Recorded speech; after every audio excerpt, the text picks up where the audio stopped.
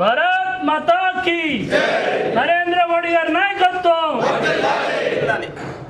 భారత్ మాతా key Bharat మాతా key.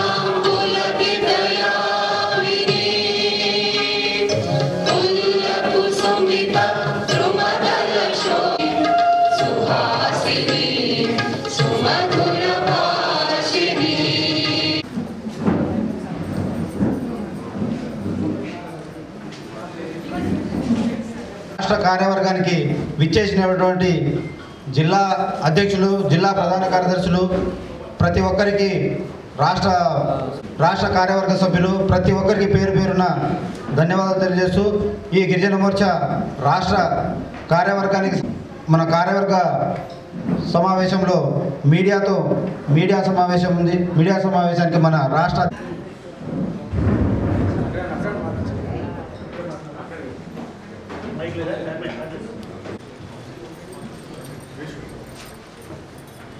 ఈరోజు భారతీయ గిరిజన మోర్చా రాష్ట్ర కార్యవర్గ సమావేశానికి రాష్ట్ర ఉపాధ్యక్షులు గిరిజన మోర్చా సుమారు 45 లక్షల పైబడి గిరిజన జనాభా ఉంది.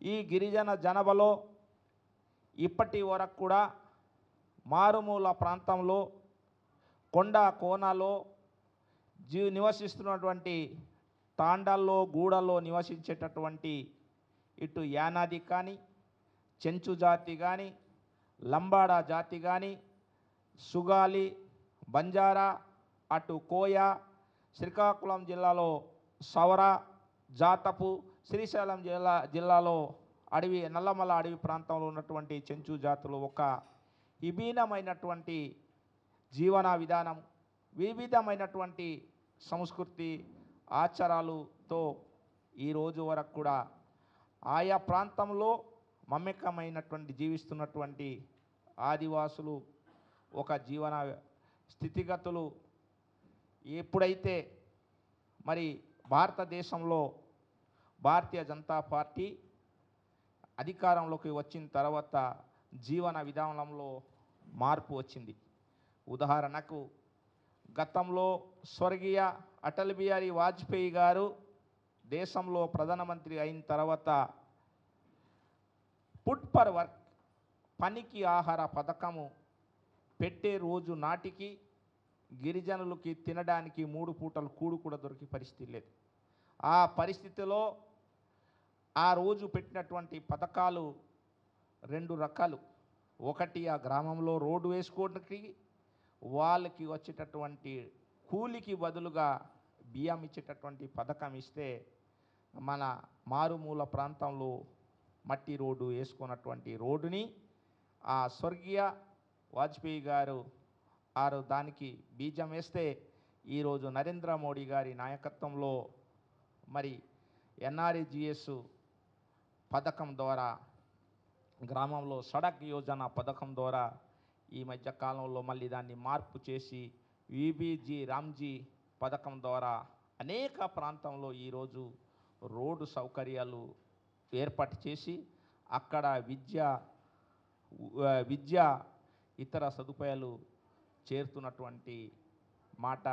ఇది రాజకీయం కోసం నేను చెప్పటం లేదు, ఇది నగ్న సత్యము, ఇది నిజము. అలాగే మిత్రులారా, గతంలో విషయాన్ని మీడియా మీద చాలామందికి తెలుసు. గిరిజనులు, హరిజనులు, ఎస్సీ ఎస్టీకి కలిపి కేంద్రంలో కానీ రాష్ట్రంలో కానీ మంత్రిత్వ శాఖ కానీ కమిషన్ కానీ ఒకటే ఉండేది. ఎప్పుడైతే స్వర్గీయ అటల్ బిహారీ వాజ్పేయి గారు ఈ దేశంలో ప్రధానమంత్రి అయిన తర్వాత ఎస్సీ కమిషను, ఎస్టీ కమిషను విభజన చేయడం వలన ఈరోజు దేశంలోని మనకు ఎస్టీ గిరిజన మంత్రిత్వ శాఖ అలాగే గిరిజన కమిషన్తో పాటు ఈ దేశవ్యాప్తంగా అన్ని రాష్ట్రాల్లోని ఈరోజు రాష్ట్ర స్థాయిలో కూడా గిరిజన మంత్రిత్వ శాఖ గిరిజన కమిషను ఏర్పాటు చేసి ప్రత్యేకంగా గిరిజనులకి ఒక అవకాశం వచ్చినటువంటి పరిస్థితులు మనము ఈరోజు చూస్తున్నాం. ఆంధ్రప్రదేశ్లో ఈరోజు ఎస్టీ కమిషన్ చైర్మన్గా ఒక గిరిజన బిడ్డ చైర్మన్గా గౌరవ బుజ్జిరెడ్డి గారు ఈరోజు పనిచేస్తూ ఉన్నారు. అలాగే మీకందరికీ తెలుసు, ఈరోజు దేశంలో అనేక రాష్ట్రాల్లో ముఖ్యమంత్రులు బీజేపీ పాలిత రాష్ట్రాల్లో ఉంటే 3 రాష్ట్రాల్లో బీజేపీ ముఖ్యమంత్రులు ఈరోజు పరిపాలిస్తున్నటువంటి పరిస్థితి.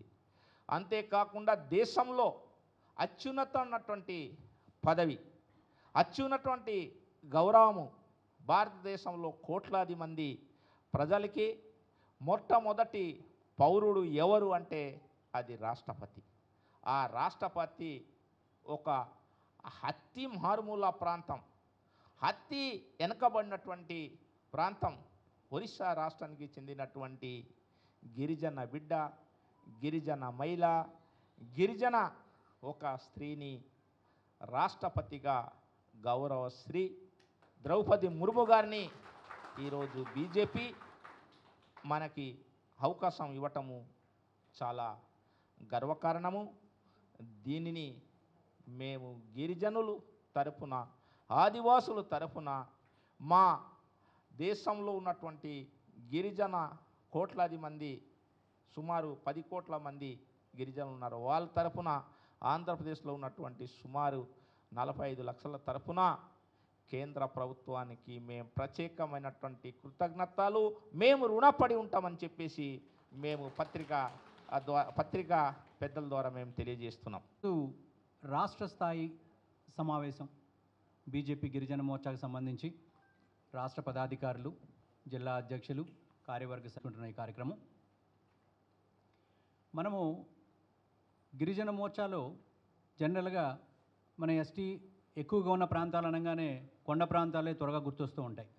మన ఆంధ్రప్రదేశ్లో ముఖ్యంగా మనం అరకు అంటూ ఉండేవాళ్ళం. ఈరోజు మైదాన ప్రాంతాల్లో కూడా అనేక మంది మన గిరిజనులు ఉండడం ఉంది. భారతీయ జనతా పార్టీ నుంచి మనము కొండ ప్రాంతాలు, మైదాన ప్రాంతాలు అనే భేదం లేకుండా ఆంధ్రప్రదేశ్ వ్యాప్తంగా మన గిరిజన సోదరులు సోదరీమణులు ఎక్కడైతే ఉన్నారో, గిరిజన కుటుంబాలు ఎక్కడైతే ఉన్నాయో ప్రతి కుటుంబానికి బీజేపీ చేరాలి, ప్రతి కుటుంబానికి బీజేపీ చేరాలి, ప్రతి వర్గాన్ని మనం దగ్గర చేసుకునే ప్రయత్నం చేయబోతున్నాం మన ఎస్టీ మోర్చా ద్వారా. అలాగే ముఖ్యంగా రాబోయే స్థానిక ఎన్నికల్లో గిరిజన ప్రాంతాల్లో ఎన్డీఏతో సమన్వయం చేసుకుని, మన కూటమితో సమన్వయం చేసుకుని బీజేపీ రాబోయే స్థానిక ఎన్నికల్లో పెద్ద ఎత్తున పోటీ చేయడానికి సమాయత్తం అవుతోంది.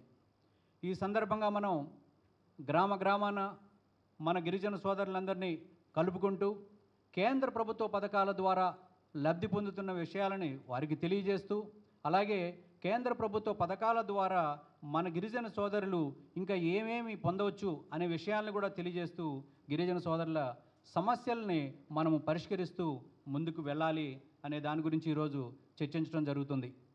ముఖ్యంగా మనము ప్రధానమంత్రి జన్మన్ పథకం ద్వారా గిరిజన ప్రాంతాల్లో అభివృద్ధి జరుగుతోంది. దేశవ్యాప్తంగా 24,000 కోట్లను కేటాయించడం జరిగింది. మన ఆంధ్రప్రదేశ్లో ఆల్రెడీ 20 కోట్లు విడుదల చేయడం జరిగింది. అలాగే మన రాష్ట్ర అధ్యక్షులు చెప్పినట్టుగా ఏకలవ్య మోడల్ రెసిడెన్షియల్ స్కూల్స్ ద్వారా విద్యార్థులందరికీ చక్కటి చదువు అందించడం జరుగుతోంది. దీనిలో భాగంగా 25-26లో 10,710 మంది విద్యార్థులు ఈ ఏకలవ్య పాఠశాలల ద్వారా ఇప్పుడు విద్యను పొందుతున్నారు ఇక్కడ మన ఆంధ్రప్రదేశ్లో.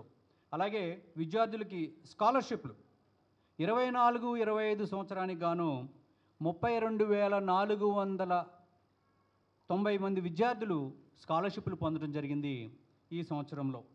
అలాగే మనం స్టాండప్ ఇండియా అంటే ఎంటర్‌ప్రెన్యూరల్ ఔత్సాహిక పారిశ్రామికవేత్తలను తయారు చేయటం అనే దాన్ని ముఖ్యంగా ఎస్టీ వర్గాల్లో కూడా గిరిజనుల నుంచి పెద్ద ఎత్తున ప్రోత్సహించాలనే ఉద్దేశంతో 10 లక్షల నుంచి కోటి రూపాయల వరకు రుణ సదుపాయం కల్పిస్తోంది. మన కేంద్ర ప్రభుత్వం అనేక విధాలుగా గిరిజన సోదరుల అభివృద్ధి సంక్షేమం గురించి ఆలోచించి నిరంతరం కృషి చేస్తోంది.